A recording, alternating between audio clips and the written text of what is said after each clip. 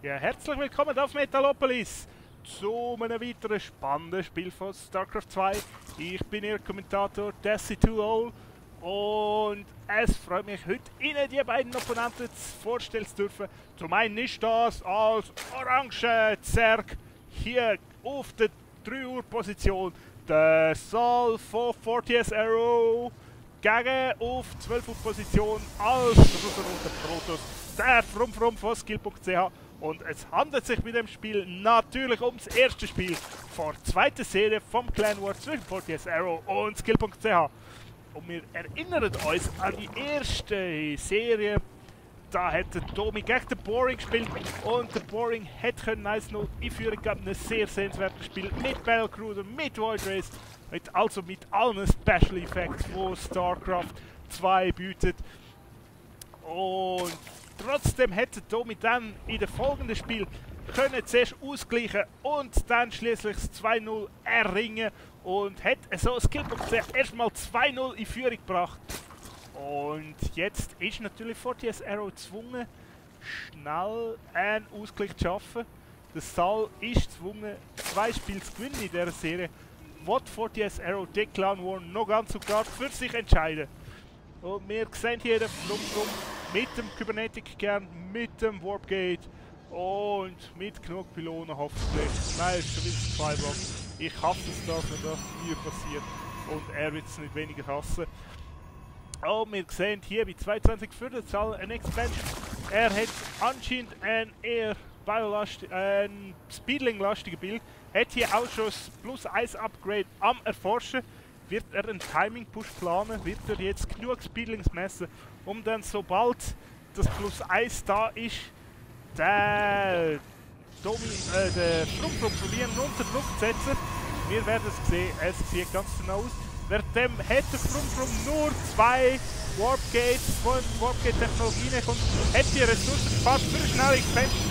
Aber ist das ein guter Entscheid? Wird er so genug Truppen haben, um die vielen Speedlings, die in Kurze auf dem Feldwert stehen, zurückzuschlagen? Und vor allem wird seine Expansion nicht extrem angreifbar sein gegen die ganzen Truppen. Vielleicht hätte er den Evolution Chamber nicht gesehen. Ich denke, es ist so kurz Blick auf seine Vision. Nein, hier sieht er nichts von einem Evolution Chamber. Er sieht nicht, was auf ihn zukommt. Probiert hier einen kleinen Wall zu machen, um ganz sicher zu gehen. Und jetzt hat Saal die Expansion gesehen. Er wird das natürlich nutzen für einen Angriff. Und wenn wir auf die Unit Counting Station schauen, sehen wir 50 Speedling gegen gerade mal 4 Silas, 1 armselige Sentry und 3 Stalker. Und natürlich, schon gesagt, und jetzt kommen Zergling, Speedling, sie machen sofort den Surround. Und die Merzerfer die haben es nicht geschafft, sich noch irgendwie mit der Brücke an die Wand zu stellen, um den Surround zu verhindern.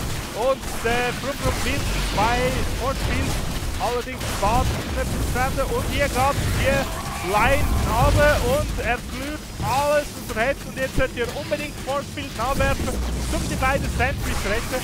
Entscheidet sich aber dagegen. Und jetzt könnte Silas mit dem Rücken zur Wand kämpfen, wer seine Expansion down geht. Aber jetzt kann Silas dummerweise nach mit Micro dort kriegen das Round auf der Ramp. Hier kommt der weitere Sentry, wird mit dem Forcefield reinhauen, aber es sieht aus, als ob die Sentry drauf geht, bevor sie überhaupt richtig da ist. Und der Berserker könnte jetzt ein ähnliches Schicksal führen. Und weil jetzt Verstärkung vom Saal reinkommt, hat der Frumfrum sich entschieden, das GG zu geben. Er sieht ein, dass er so keine Chance hat. Und wir haben ein spannendes und intensives Spiel mehr gesehen. Wir können daraus mitnehmen, dass ja, man ein bisschen wissen sollte, was sein Gegner macht, wenn man so ein riskantes Bild macht mit Echo.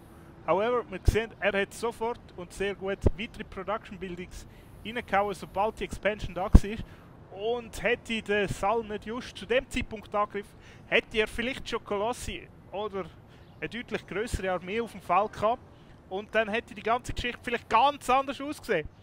However, wer erwähnen könnte, gibt es nicht in StarCraft 2 und sogar 40S Arrow in der Serie 1:0 in Führung. Und wir hoffen, dass die Serie so intensiv bleibt. Bis zum nächsten Mal, sage ich SC2O GG!